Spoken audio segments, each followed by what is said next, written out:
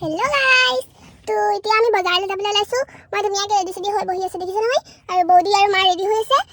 আমি এতিয়া বজাৰ কি কৰিম জানেনে আমি এতিয়া পূজা বজাৰ কৰিম কি পূজা জানেনে শিৱৰাত্ৰি আহি আছে যে শিৱৰাত্ৰি পূজা বজাৰ কৰিম কাৰণ মৰঙী পাপাই সৰুকে মন্দিৰ এটা স্থাপিত কৰিছে মানে কৰিব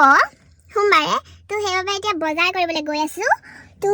বলক দেখাওঁগে কি কিনো বজাৰ কৰোঁ হয় দেখাওঁ অলপ তেতিয়াহ'লে বলক